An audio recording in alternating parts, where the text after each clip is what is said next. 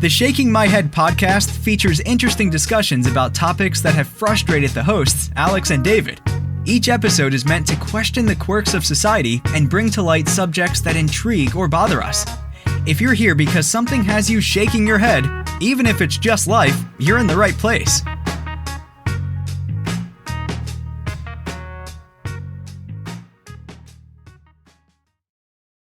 What happened in Denver? Well, I traveled this weekend.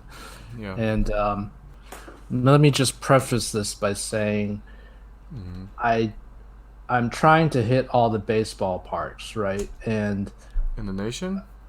Yeah. Okay. And in order to effectively do this, my friend and I, who does it with me, we fly pretty cheap. So that's our fault in the first place. And so usually, yeah. So it's either Spirit or Frontier. And I think you've flown both these. I'll tell you my experiences with them, but I want to hear yours first. Okay. So I going there is fine. I fly there on Friday night after work. So it's a Friday night and I come back Sunday night. The Friday night flight gets there at 10:30 p.m. and it's fine. Like, we get there, no problem. It was actually, I was quite surprised. I was like, wow, there's no delay.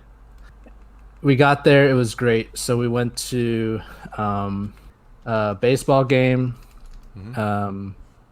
Sunday lunchtime, 1 p.m. game. Great, go to the game. Rockies game was awesome. City is awesome. All that stuff, all that jazz. Okay. So our flight is 7 p.m. And with the 7 p.m. flight, 12:30 is the scheduled arrival into Atlanta. So because of the time difference and that it's like a 2.5-hour flight. So we go to the airport and it says, oh, it's delayed 30 minutes. Oh, there was a little bit of a rain shower south of Denver, and the previous plane was coming from Texas to Colorado. So you're saying that because of the weather conditions on that flight, that's why it was delayed? I think so. That's cool. Okay, I understand. 30-minute delay, that's fine. 30-minute means I'm gonna get expected to get home at 1 a.m., which kind of sucks, but I booked the 12:30 a.m. arrival, so I'm like, okay, whatever. It ends up delaying even more, and the plane finally gets there, and they have to do, of course, the deplaning. They have to do we have to clean the plane and inspect the plane. So that goes on, and then finally we start boarding. It's like 8:40, so it's a little bit over an hour. We board the plane. It's like 9 o'clock. Okay, great. We're on the plane. Everyone's on the plane now. We're on the tarmac or the runway, whatever, jetway. We haven't left the gate yet, and we're just sitting there. And they're like, and then the captain gets on the intercom. He's like, sorry guys, we're just waiting on someone to sign, to do a sign a form, and it's taking a little longer. And we're like, okay. Another 10 minutes goes by, and he comes back on the microphone. Oh, hey guys, we're waiting, and now we have to wait on a maintenance guy. We basically wait another 30 minutes. Finally, this is done. And it's actually funny because right before that, about the 30-minute mark, someone must have been pissed off because they basically stood up, opened the overhead bin, took out his bag, and just walked off the plane. Because we were already delayed. By that time, we were delayed 2 hours, right? We were 7:30 to scheduled to leave, and it was like 9:30 then. Yeah. Finally, he's like, okay, we're good to go. Apparently, the maintenance got fixed. The papers got signed. We leave. I didn't get home. We didn't land in Atlanta until 2 a.m. But I didn't get home until 3 a.m. And my friend drove back to his place. He probably didn't get home until 3:30. It was just rough. So I think that Frontier and Spirit do as far as I understand, they only have a limited amount of planes in their fleet. And so they just do single city turns. So what I mean by that is I believe what they do is they only have one plane. So if the plane is delayed, then every plane afterwards is delayed. Man, I kind of knew this could happen because I've had a Spirit where they totally canceled Yep.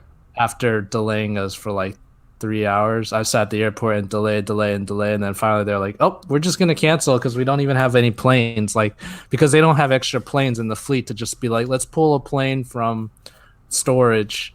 No, they're just like, "The plane's not here. We can't fly. Yep. You get fucked." And they're like, "Oh, well, it's weather, so sorry, we can't refund you. We can only just get you on another flight tomorrow, but you got to pay for your own hotel."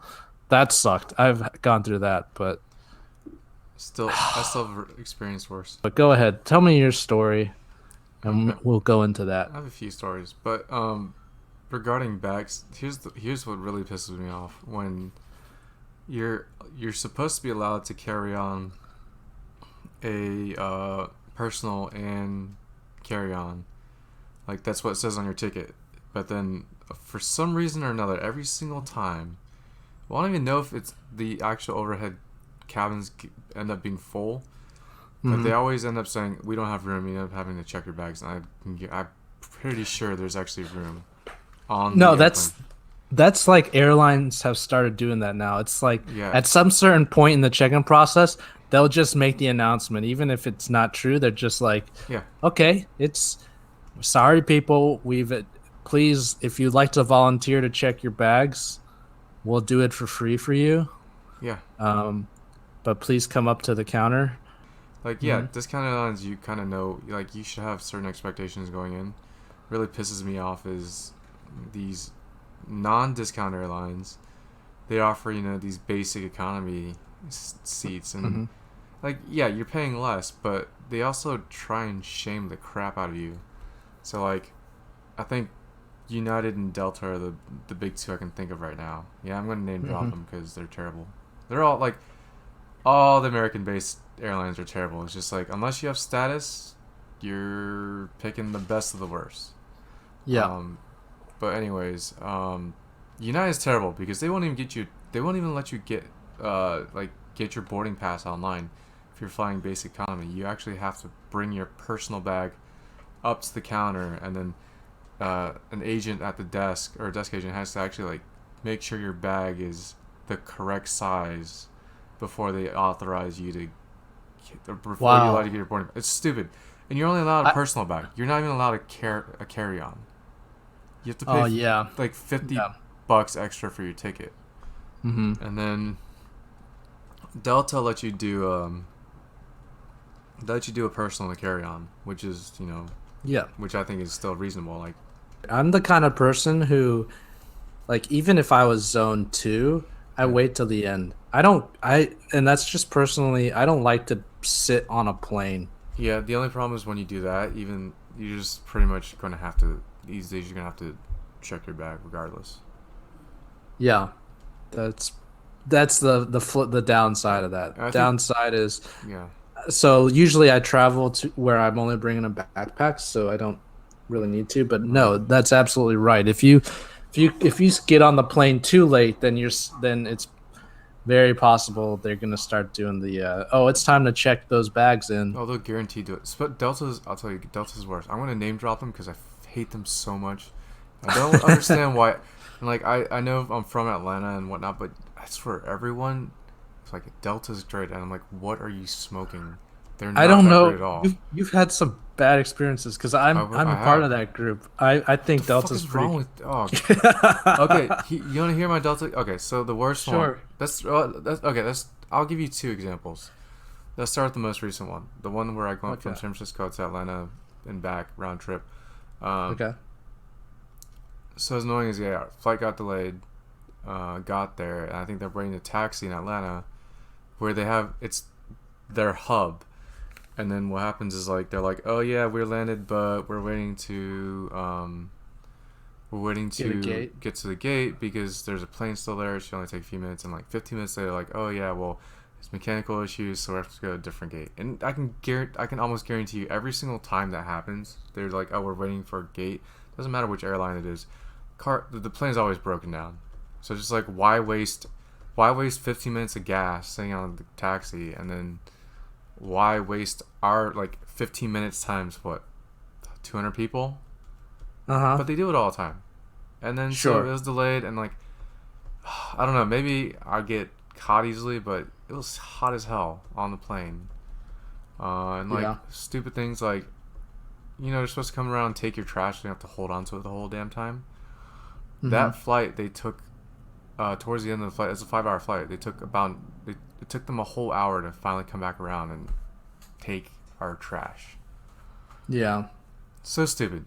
But what's worse is the flight back from Atlanta, we're all boarded on the plane and we're about to take off, and then all of a sudden, out of nowhere, they said the first officer suddenly became ill, and the next available first officer is an hour away. Wow. So we had to deplane, wait an hour, and then reboard, and then I think because of that we still had to take off later because we weren't on schedule. So that happened, and then like they should be doing better than this, right? Especially because they're not a discount airline.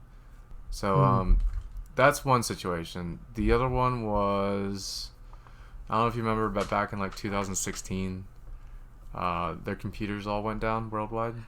Oh yes. And I got stuck in that bullshit, and so bad. So that was pretty bad. My flight coming back from Seattle, we didn't know what's going on.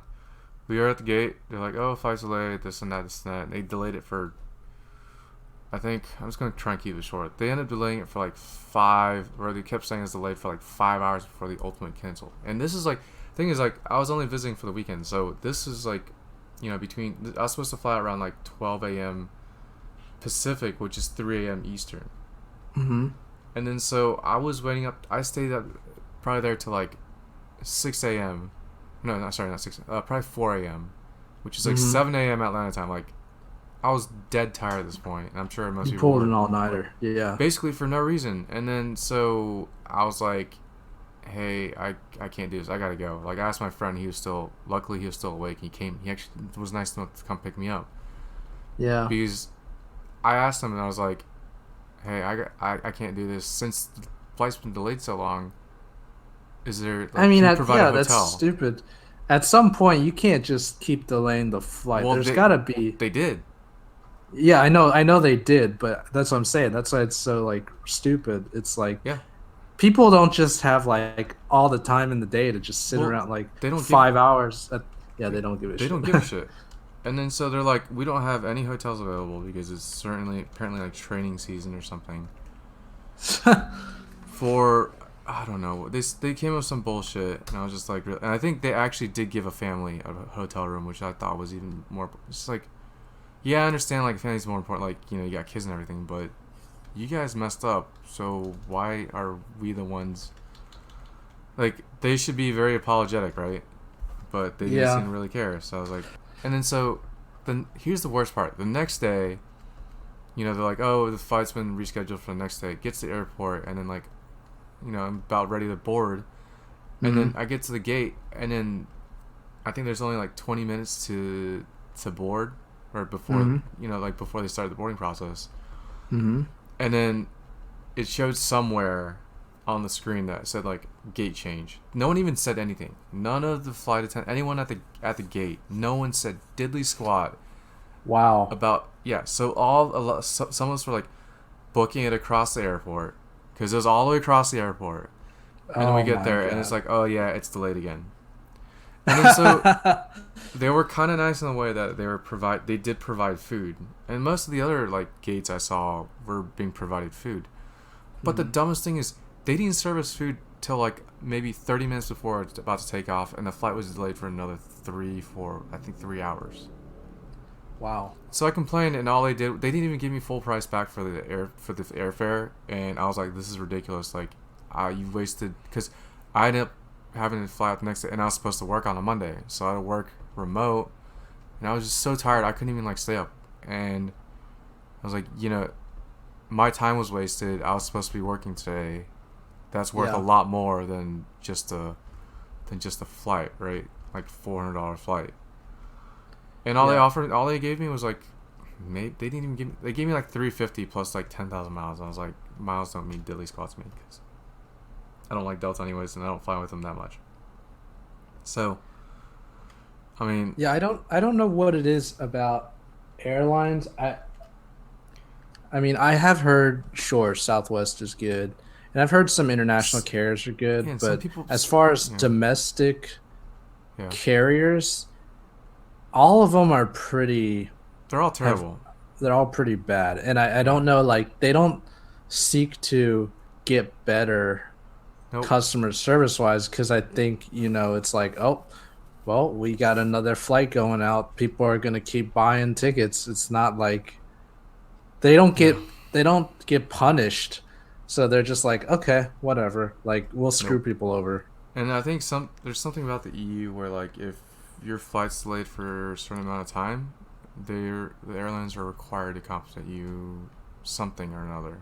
I could look it up, but they need to do that in America, because this happens so damn much. And like, these are just two experiences with Delta. I'm sure I've had other experiences that aren't like as bad, but it's just like, Jesus, guys, like, get your shit together.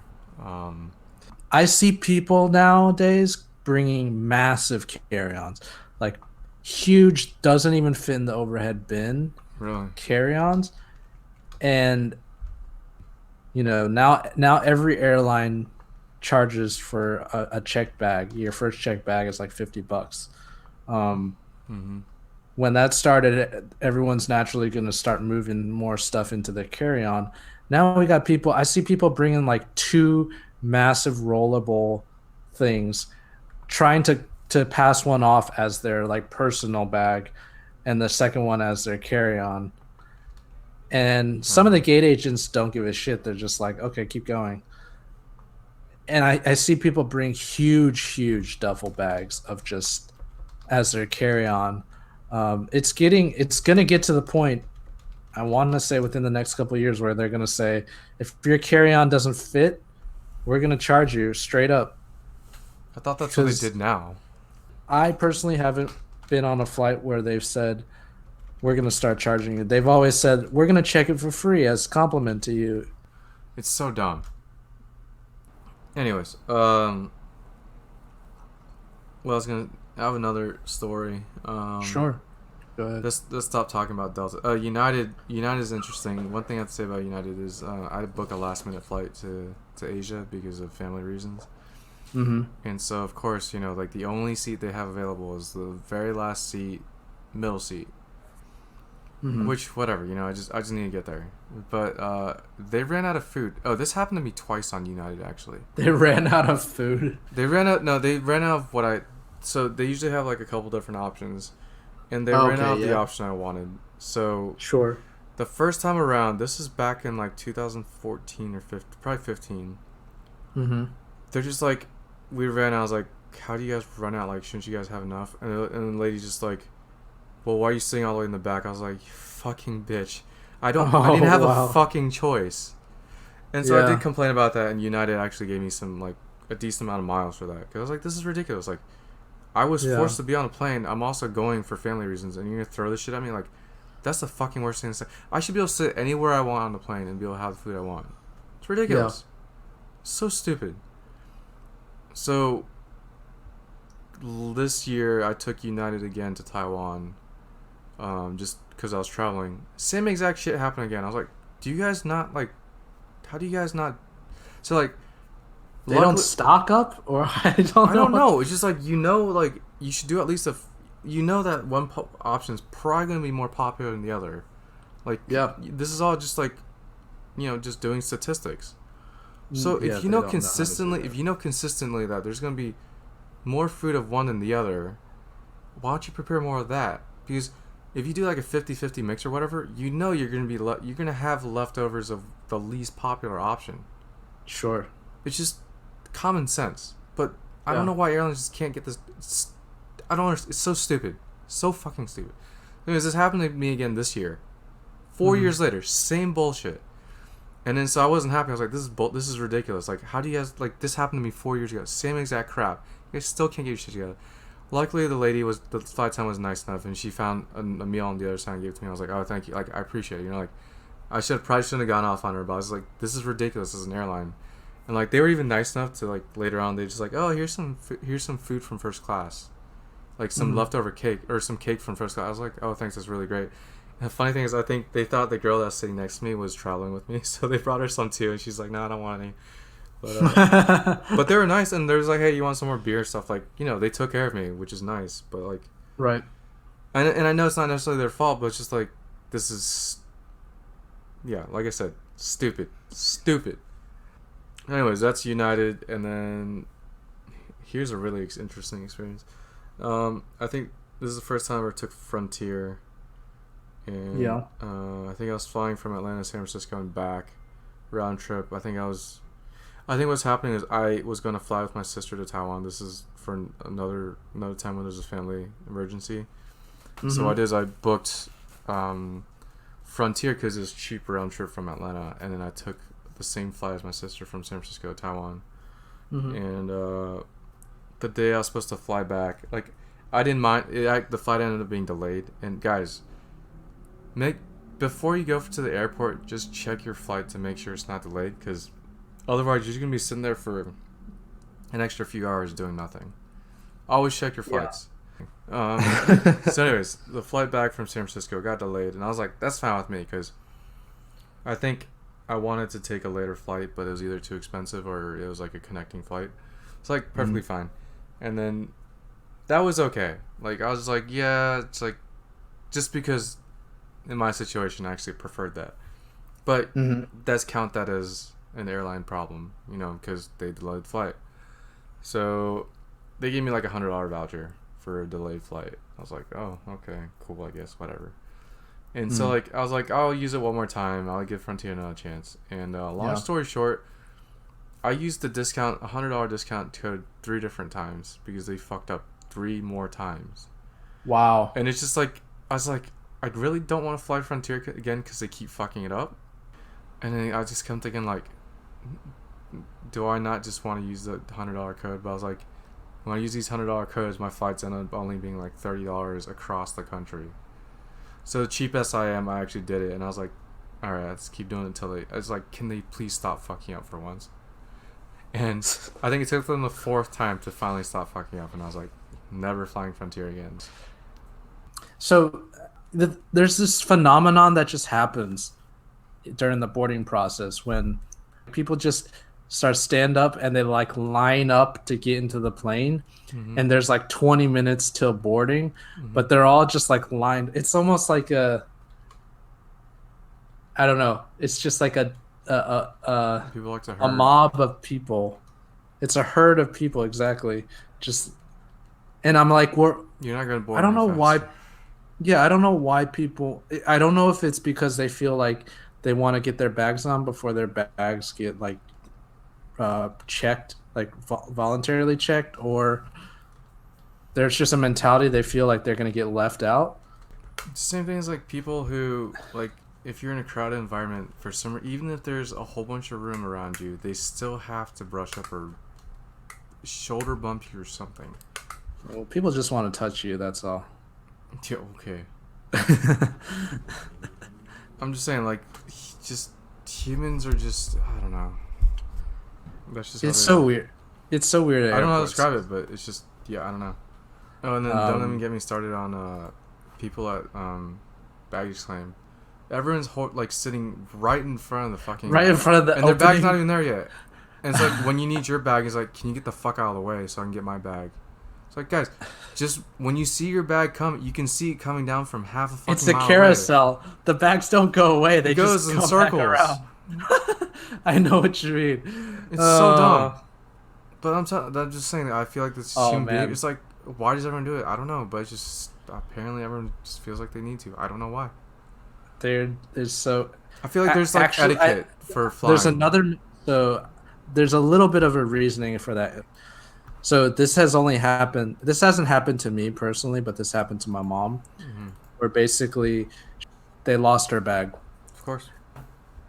Yeah, she had to do that whole claim process.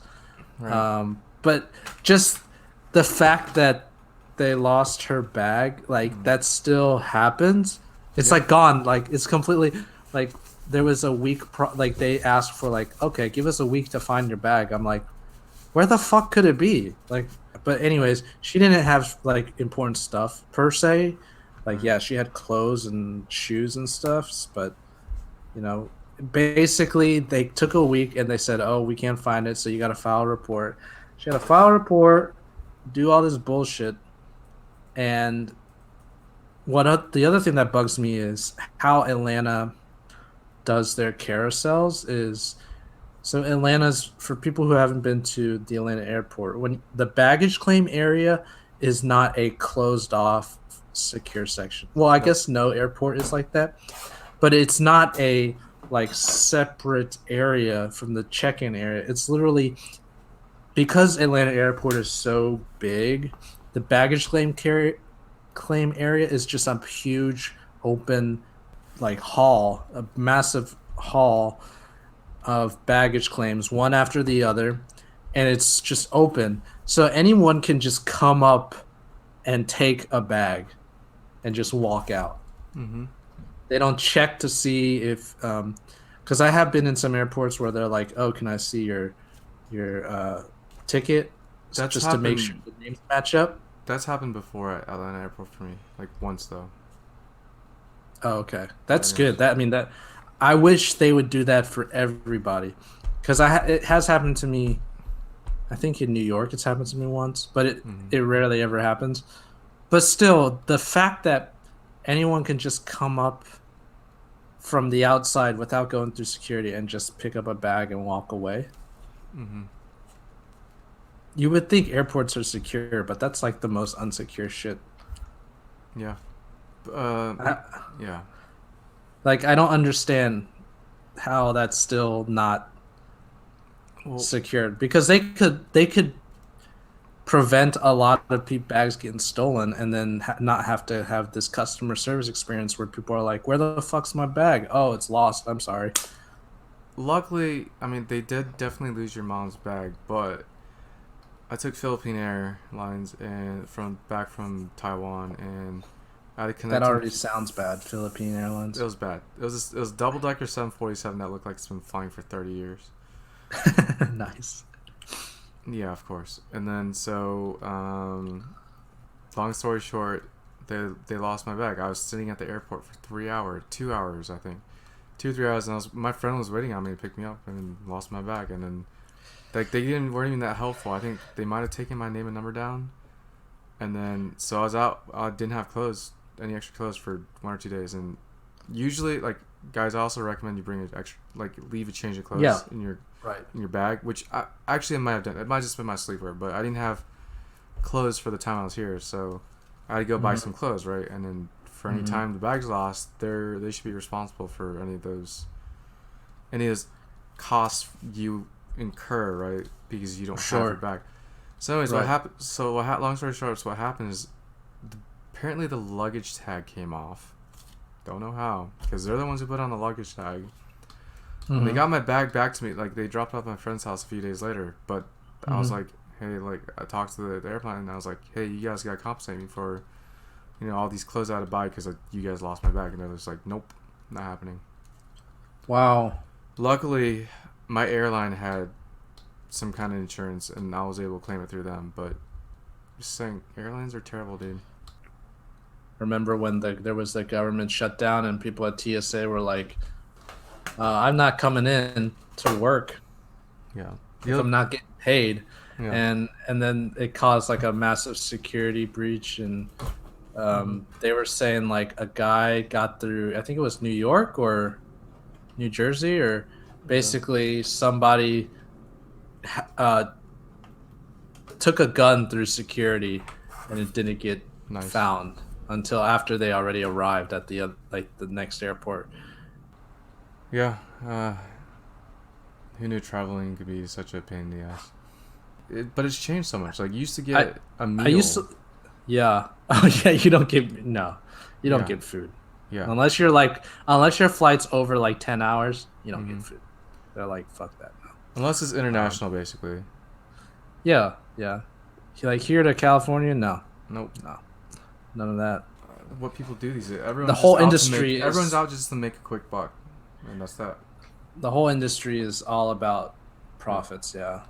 Yep. I mean, not just even the airline industry. Just this is the direction everything is going. The world's going. It's bad.